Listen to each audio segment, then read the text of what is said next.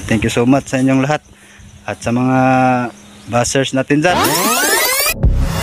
IST sandali, mali pala.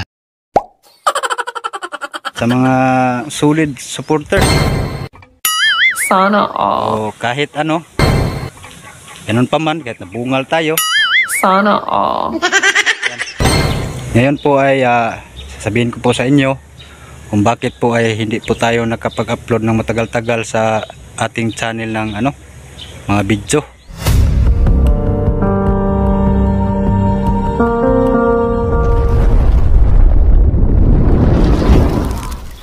Yo, what's up mga ka-FPS, magandang araw po sa inyong lahat. Ayan, sa wakas po ay nakapag-upload na po tayo ng video. Ayan, magandang araw po sa inyong lahat, sa lahat po ng andyan sa ibang bansa. Ayan, magandang gabi po sa inyong lahat dyan, kung gabi man ngayon sa inyo.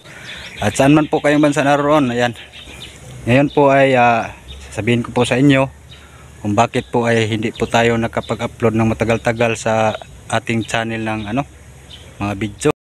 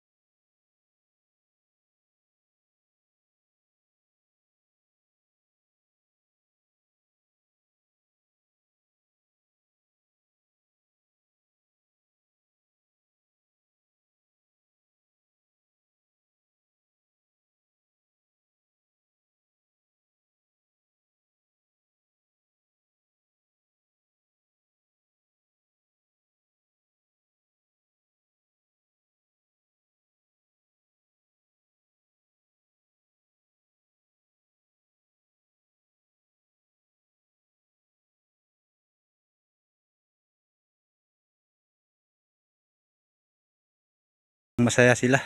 Ayun, yung si Boy Tisoy, ayun, umakyat, may nilagay na ano, hangir ata.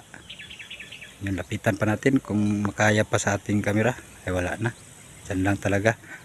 So nandito tayo, malayo tayo.